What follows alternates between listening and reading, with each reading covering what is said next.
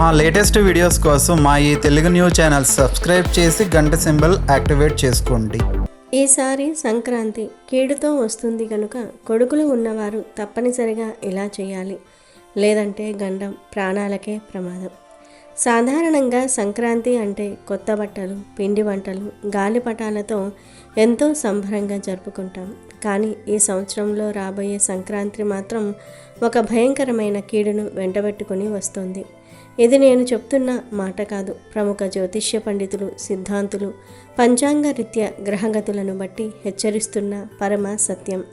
ఈ సంవత్సరం సంక్రాంతి పండుగ వచ్చే రోజున ఏర్పడుతున్న గ్రహ స్థితిగతులు ఏమాత్రం ఆశాజనకంగా లేవు. ముఖ్యంగా ఎవరికైతే కొడుకులు ఉన్నారో వారు ఈ వీడియోని ఒక్క క్షణం కూడా స్కిప్ చేయకుండా చూడాలి. ఎందుకంటే ఈసారి సంక్రాంతి పురుషుడు గండయోగంలో ప్రవేశిస్తూ ఉన్నాడు. ఈ గండయోగం వలన కొడుకులకు కీడు అని శాస్త్రాలు చెప్తూ ఉన్నాయి. ఈ సంవత్సరం సంక్రాంతి పండుగ పుష్య బహుళ ఏకాదశితో వచ్చింది. దానితో పాటు ఆ రోజు అనురాధ నక్షత్రం రావటం పౌలవ కరణం మరియు అత్యంత ప్రమాదకరమైన గండయోగం ఏర్పడటం అనేది చాలా విపత్కరమైన పరిణామం. జ్యోతిష్య శాస్త్రం ప్రకారం గండయోగం ఉన్న సమయంలో సంక్రాంతి రావటం వల్ల ఆ ప్రభావం నేరుగా పుత్ర సంతానంపై చూపిస్తుందని శాస్త్రాలు ఘోషిస్తూ ఉన్నాయి. అంటే ఎవరికైతే కొడుకులు ఉన్నారో ఆ కొడుకులకు ఈ సంవత్సరం గండం పొంచి ఉందని అర్థం. ఈ గండయోగం వలన పిల్లల ఆరోగ్య విషయంలో ఊహించని మార్పులు రావచ్చు. అప్పటి వరకు ఎంతో యాక్టివ్గా ఉన్న పిల్లలు అకస్మాత్తుగా నీరసించిపోవటము, దీర్ఘకాలిక అనారోగ్య సమస్యలు తలెత్తటం వంటివి జరుగుతూ ఉంటాయి. కేవలం ఆరోగ్యమే కాదు, వారి చదువులో, ఎదుగుదలలో విపరీతమైన ఆటంకాలు ఎదురవుతూ ఉంటాయి. ఎన్ని ప్రయత్నాలు చేసినా ఫలితం దక్కకపోవటం, మానసిక ఒత్తిడికి గురి అవ్వటం వంటివి జరగవచ్చు. అంతేకాదు, ఈ గండ యోగం ప్రభావం వల్ల కొడుకులకు ప్రమాదాలు జరిగే అవకాశం కూడా చాలా ఎక్కువగా ఉంది. అది రోడ్డు ప్రమాదాలు కావచ్చు, లేదా ఇతర ఏవైనా అవాంఛనీయ సంఘటనలు కావచ్చు. చివరికి వారి ప్రాణాల మీదకు వచ్చే ఛాన్స్ కూడా ఉందని జ్యోతిష్యులు హెచ్చరిస్తూ ఉన్నారంటే పరిస్థితి ఎంత తీవ్రంగా ఉందో మీరు అర్థం చేసుకోవాలి. తల్లి మనసు ఎప్పుడూ తన బిడ్డల క్షేమాన్నే కోరుకుంటుంది. కానీ ఈ సంక్రాంతి గండం మీ బిడ్డల భవిష్యత్తును, ప్రాణాలను ఇబ్బందుల్లోనికి నెట్టవచ్చు. అందుకే ఈసారి సంక్రాంతి రోజున ప్రతి తల్లి అత్యంత జాగ్రత్తగా ఉండాలి.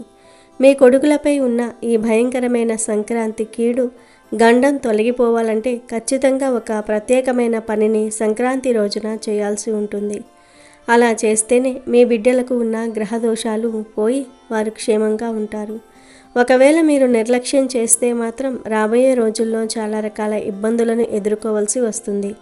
మరి ఇంతకీ ఆ సంక్రాంతి రోజున కొడుకులు ఉన్న తల్లులు ఏం చేయాలి?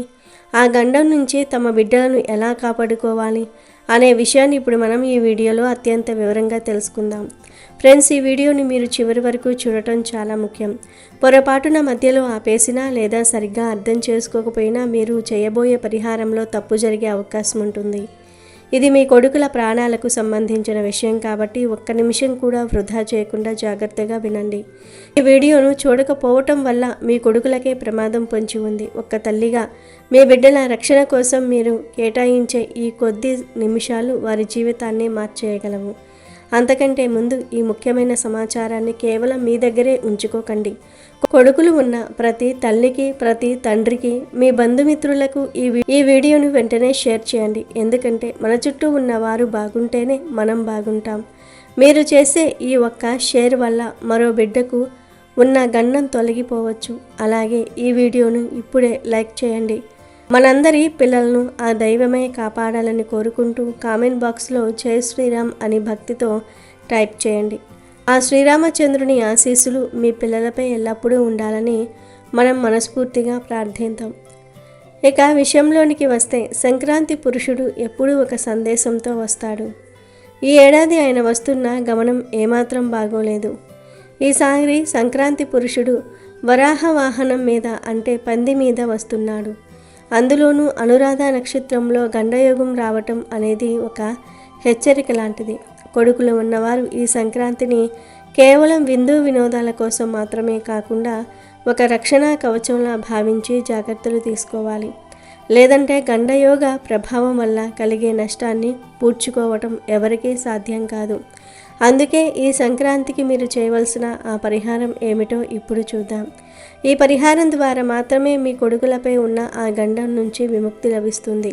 నిజానికి మన భారతీయ కుటుంబాల్లో కొడుకు అంటే కేవలం ఒక సంతానం మాత్రమే కాదు, అతను ఆ ఇంటి వంశోద్ధారకుడు, ఆ కుటుంబ గౌరవానికి ప్రతీక. ఒక తల్లికి తండ్రికి తమ కొడుకుల మీద ఉండే ప్రేమ మాటల్లో వర్ణించలేనిది. ప్రతి తల్లిదండ్రులు తమకు కూతురు పుట్టినా కొడుకు పుట్టినా ఎంతో సంతోషిస్తారు.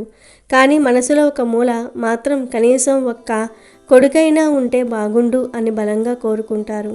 ఎందుకంటే కూతుళ్ళు అపురూపమైన వారే, ఇంటికి శ్రీ మహాలక్ష్మిలే. కానీ వారు పెరిగి పెద్దయ్యాక పెళ్లి చేసుకుని అత్తారింటికి వెళ్ళిపోతూ ఉంటారు. ఆ తర్వాత వారు తమ అత్తవారింటి బాధ్యతల్లో ఉండిపోతారు.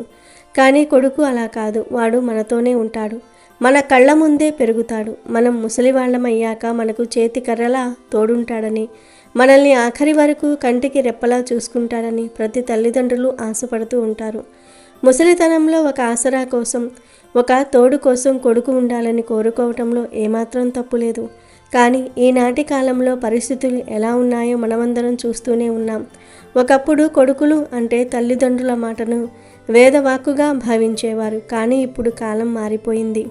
నేటి తరం కొడుకులను చూస్తూ ఉంటే తల్లిదండ్రులకు సంతోషం కంటే దిగులే ఎక్కువగా ఉంటుంది. ఎందుకంటే ఈ రోజుల్లో కొడుకులు అస్సలు తల్లిదండ్రుల మాట వినటమే మానేశారు. ఏదైనా మంచి మాట చెప్తే అది వారికి విసుగ్గా అనిపిస్తోంది. మీకేం తెలియదు, పాతకాలపు ఆలోచనలు అంటూ తల్లిదండ్రులను కించపరిచేలా మాట్లాడుతూ ఉన్నారు. దీనివల్ల తల్లిదండ్రులు తమ కొడుకుల భవిష్యత్తు గురించి ఎంతో ఆందోళన చెందుతూ ఉన్నారు. అందుకే ఈ రోజుల్లో చాలామంది ఈ కొడుకుల కంటే కూతుళ్ళే మేలు, 100 రెట్లు ఉత్తమం అని అనటం మనం వింటూనే ఉంటున్నాం. ఎందుకంటే ఆడపిల్లలు పెళ్ళైనా పుట్టింటి మీద, కన్నవారి మీద ఏదో ఒక మూల మమకారం చూపిస్తూ ఉంటారు. కానీ కొడుకులు మాత్రం ఇంట్లోనే ఉంటూ తల్లిదండ్రులను పట్టించుకొని పరిస్థితులు మనం చూస్తూ ఉన్నాం. ముఖ్యంగా ఈనాటి మగపిల్లల్లో కోపము, దుడుకుడుతనం చాలా ఎక్కువగా పెరిగిపోయాయి. క్షణికావేశంలో వారు ఏం చేస్తారో, ఎలాంటి నిర్ణయాలు తీసుకుంటారో ఎవరికీ అర్థం కాదు. వారి ప్రవర్తన వల్ల తల్లిదండ్రులు నిత్యం భయంగా బ్రతుకుతూ ఉన్నారు. తమ కొడుకు ఎప్పుడు ఏం చేస్తాడో, ఎప్పుడు ఎటు నుండి ఏ ఆపద వస్తుందో, కొడుకుకు ఎప్పుడు ఏం అవుతుందో అని కంగారు పడని తల్లిదండ్రులు లేరంటే అతిశయోక్తి లేదు. మరీ ముఖ్యంగా ఆడపిల్లలు అయితే ఇంటి పనులు నేర్చుకుని చదువుకుని పద్ధతిగా ఇంట్లోనే ఉంటారు. తల్లిదండ్రుల కళ్ళ ముందే తిరుగుతారు. కానీ మగపిల్లలు అలా కాదు. వారిని ఒక్క క్షణం ఇంట్లో ఉంచటం చాలా కష్టమైపోతుంది. ఇంట్లో ఉండు నాయనా, బయట తిరగకు అని ఎంత మొత్తుకున్నా వారు వినరు. స్నేహితులతో తిరగటం, పార్టీలు అని బయట తిరగటం, బైకుల మీద వేగంగా వెళ్ళటం వంటి పనులు చేస్తూ ఉంటారు.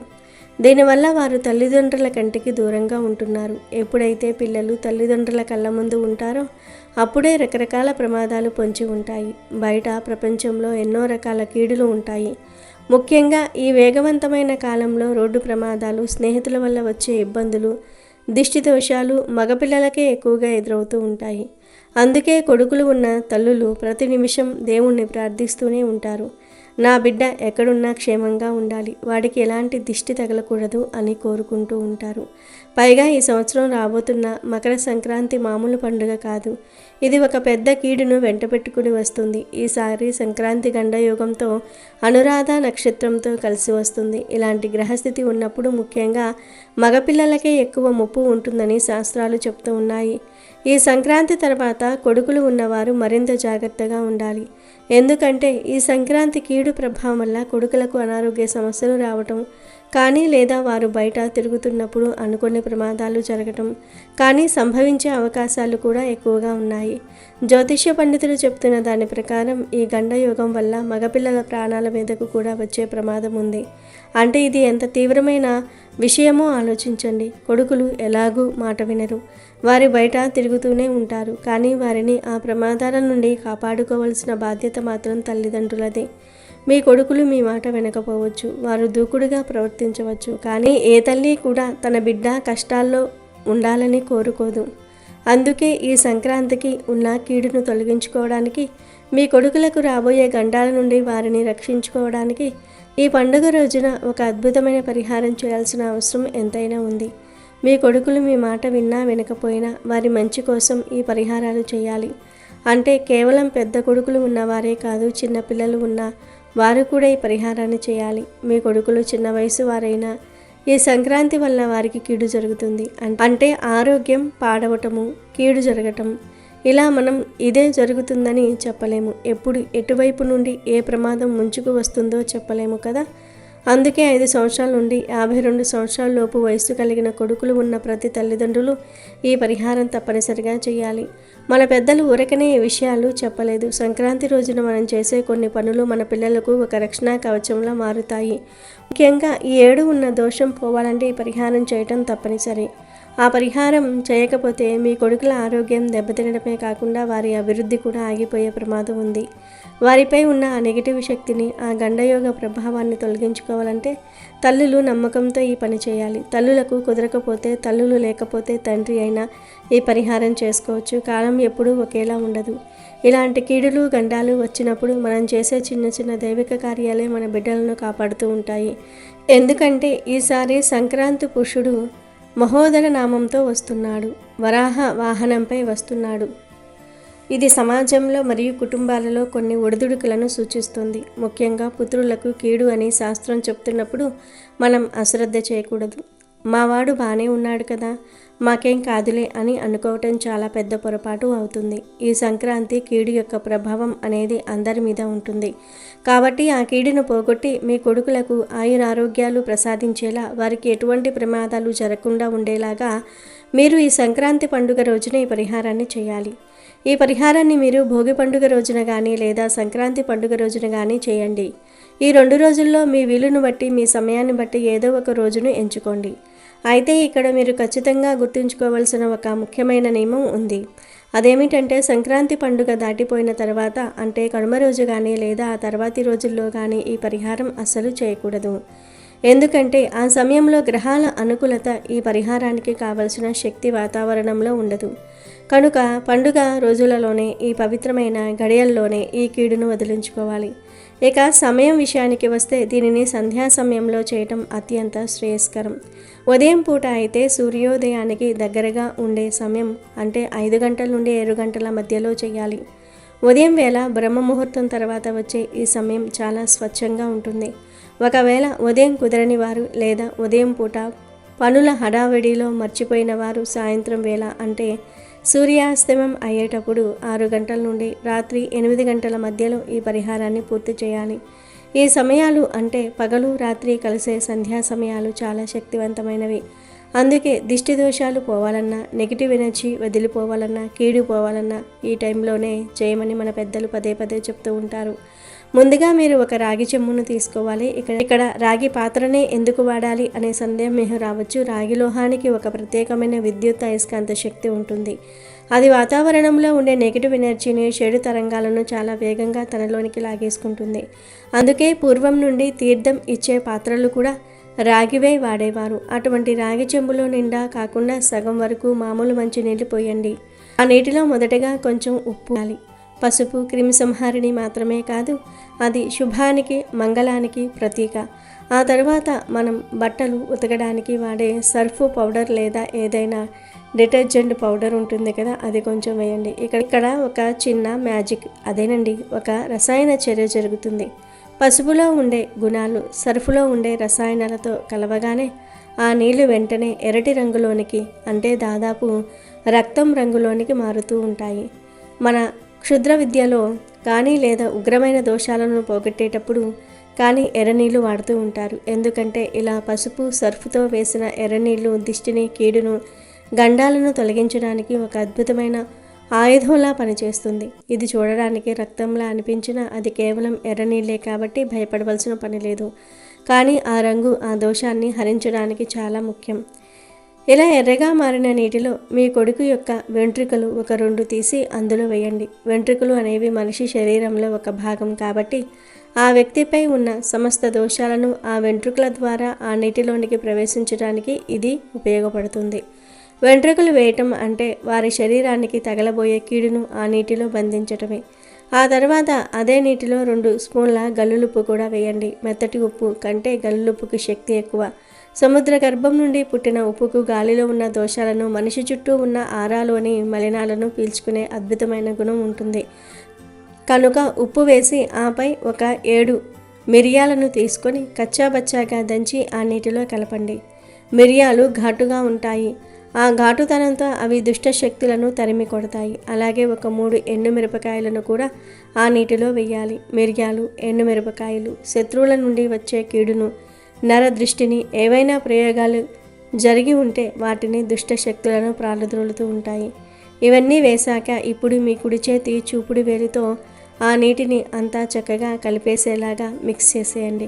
ఇలా మిక్స్ చేస్తున్నప్పుడు మీ మనసులో నా కొడుకుకు ఉన్న గండాలన్నీ తొలగిపోవాలి, ఈ సంక్రాంతి కీడంతా పోవాలి, నా కొడుకుకు పట్టిన పీడ వదిలిపోవాలి అని గట్టిగా సంకల్పించుకోండి. తల్లి సంకల్పానికి మించిన రక్షణ కవచం ఈ ప్రపంచంలో మరి ఒకటి ఉండదు. ఇలా శాస్త్రోక్తంగా సిద్ధం చేసుకున్న ఎర్రనీటి చెంబును తీసుకొని మీ కొడుకుని ఇంటి బయట, అంటే గడప దాటి బయట వరండాలో కానీ ఖాళీ స్థలంలో కానీ కూర్చోబెట్టాలి. మీ కొడుకు ముఖం తూర్పు వైపు ఉండేలాగా చూసుకోండి. ఇప్పుడు ఆ ఎర్రనీటితో మీ కొడుకుకు దిష్టి తీయాలి. దిష్టి తీయటం అంటే ఏదో మొక్కుబడిగా తీయటం కాదు, చాలా ఏకాగ్రతతో చేయాలి. ఆ చెంబును పట్టుకుని మీ కొడుకు తల చుట్టూ 3 సార్లు సవ్య దిశలో, అంటే కుడివైపు నుండి ఎడమవైపుకు తిప్పాలి. ఆ తర్వాత 3 సార్లు అపసవ్య దిశలో, అంటే ఎడమవైపు నుండి కుడివైపుకు తిప్పాలి. ఇలా చేయటం వల్ల వారి చుట్టూ ఉన్న ఆరా క్లీన్ అవుతుంది. ఆ తర్వాత ఆ చెంబును పట్టుకుని మీ కొడుకు తల నుండి కాలి వరకు, పైనుండి కిందికి 3 సార్లు దించి దిష్టి తీయాలి. ఇలా చేయటం వల్ల శిరస్సు నుండి పాదాల వరకు శరీరంలో నరనరాల్లో దాగి ఉన్న అలసట, నీరసము, నెగిటివ్ ఎనర్జీ మొత్తం ఆ నీటిలోనికి దిగిపోతుంది. దిష్టి తీయటం పూర్తయిన వెంటనే ఒక్క క్షణం కూడా ఆలస్యం చేయకుండా ఆ నీటిని తీసుకుని వెళ్ళి ఇంటికి దూరంగా ఉన్న మురుగు కాలువలో, అంటే డ్రైనేజ్లో కానీ లేదా మీ ఇంటి దగ్గరలో ఎక్కడైనా సరే నీళ్లు ఉంటే ఆ నీటిలో కానీ పారబోయాలి. ఇక్కడ మీరు అత్యంత జాగ్రత్తగా వ్యవహరించాల్సిన విషయం ఒకటి ఉంది. ఆ నీటిని జనం నడిచే దారిలో కానీ, పిల్లలు ఆడుకునే చోట కానీ, లేదా ఇంటి ఆవరణలో మొక్కల మొదట్లో కానీ అస్సలు పోయకూడదు. ఎందుకంటే ఆ నీటిలో ఇప్పుడు చాలా ఉగ్రమైన నెగిటివ్ ఎనర్జీ ఉంటుంది. పొరపాటున ఎవరైనా ఆ నీటిని తొక్కినా, ఆ నీటి ఆవిరి తగిలినా వారికి ఆ దోషం అంటుకునే ప్రమాదం ఉంది. అందుకే డ్రైనేజీలో పోయటమే ఉత్తమం. అది వెంటనే వెళ్ళిపోతుంది. నీళ్లు పారబోసిన తర్వాత వెనక్కి తిరిగి చూడకుండా కాళ్ళు చేతులు కడుక్కుని ఇంట్లోకి రావాలి. ఈ విషయాన్ని చాలా జాగ్రత్తగా గుర్తుంచుకోండి. ఇంకో ముఖ్యమైన విషయం, మీ ఇంట్లో ఎంతమంది కొడుకులు ఉంటే అంతమందికి విడివిడి నీళ్లతో విడివిడి సార్లు ఇలాగే దిష్టి తీయాలి. ఒకరికి తీసిన నీటితో మరొకరికి తీయకూడదు, లేదా అందరినీ ఒకేసారి కూర్చోబెట్టి ఒకే చెంబుతో తీయకూడదు. ఎవరి కర్మ, ఎవరి దోషం వారిదే. కాబట్టి ఒక్కొక్కరికి ప్రత్యేకంగా సమయం కేటాయించి పరిహారం చేయండి.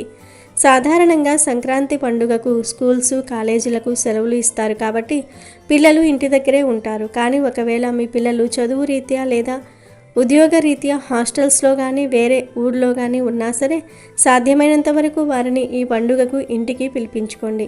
బలవంతంగా అయినా సరే వారిని రప్పించి మరీ ఈ పరిహారం చేయండి. ఎందుకంటే వారి ప్రాణాల మీదకు వచ్చే గండాలను, అకస్మాత్తుగా వచ్చే ప్రమాదాలను తప్పించుకోవడానికి ఇది ఎంతో అవసరం. తల్లిదండ్రులుగా వారి క్షేమం కోసం మీరు ఇంత మాత్రం చేయాలేరా? ఖచ్చితంగా చేయాలి. ఒకవేళ వాళ్ళు రావడం అస్సలు కుదరకపోతే కనీసం వాళ్ళ ఫోటోకి అయినా దిష్టి తీసి ఈ పరిహారం చేసి ఆ జగన్మాతను మనసారా ప్రార్థించండి. కానీ ప్రత్యేకంగా చేయటం వల్ల కలిగే ఫలితం 100కి 100 పాళ్ళు ఉంటుంది. ఈ ఎర్రనీటి పరిహారంతో పాటు మరో ముఖ్యమైన పని కూడా మీరు ఈ సంక్రాంతికి చేయాల్సి ఉంటుంది.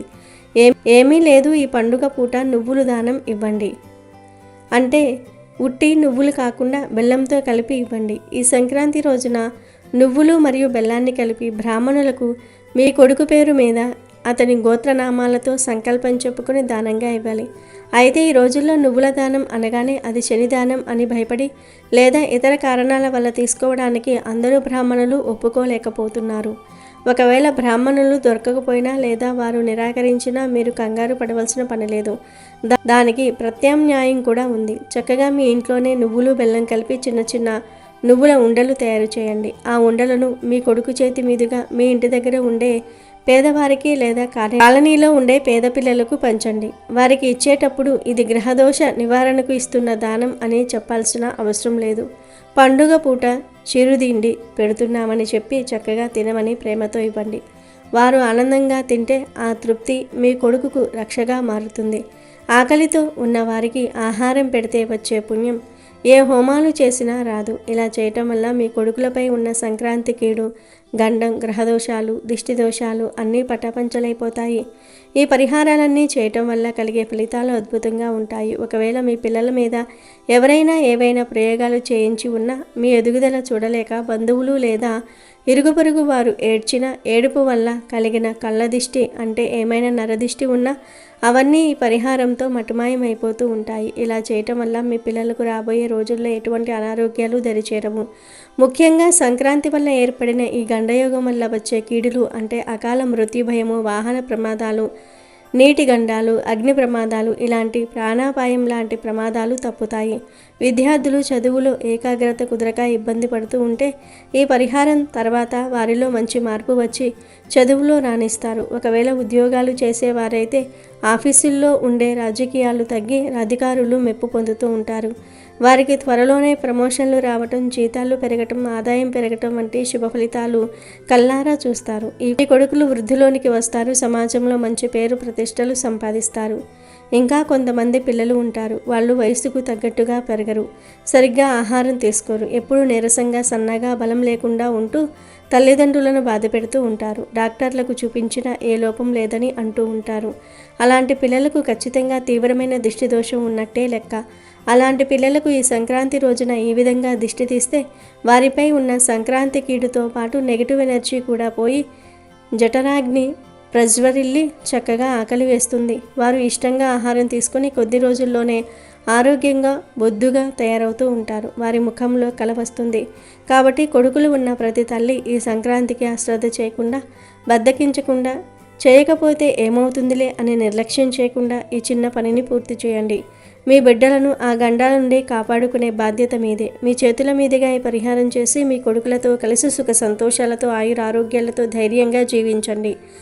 అలాగే ఈ సమాచారం కేవలం మీ దగ్గరే ఉంచుకోకుండా మీ స్నేహితులకు, బంధువులకు, మీకు తెలిసిన ఇతర తల్లులకు కూడా షేర్ చేయండి. ఎందుకంటే దీనివల్ల వారి బిడ్డల క్షేమానికి కూడా మీరు పరోక్షకంగా తోడ్పడిన వారు అవుతూ ఉంటారు. ఇక సంక్రాంతి పండుగ రోజున మన ఇంటికి లక్ష్మీదేవిని ఆహ్వానించడానికి కొన్ని ప్రత్యేకమైన వస్తువులను కొని తెచ్చుకోవాలని శాస్త్రాలు చెప్తూ ఉన్నాయి. ఈ పవిత్రమైన రోజున మీరు ఇంటికి తెచ్చుకునే కొన్ని వస్తువులు ఆ సంవత్సరమంతా అదృష్టాన్ని, ఐశ్వర్యాన్ని మోసుకొస్తాయి.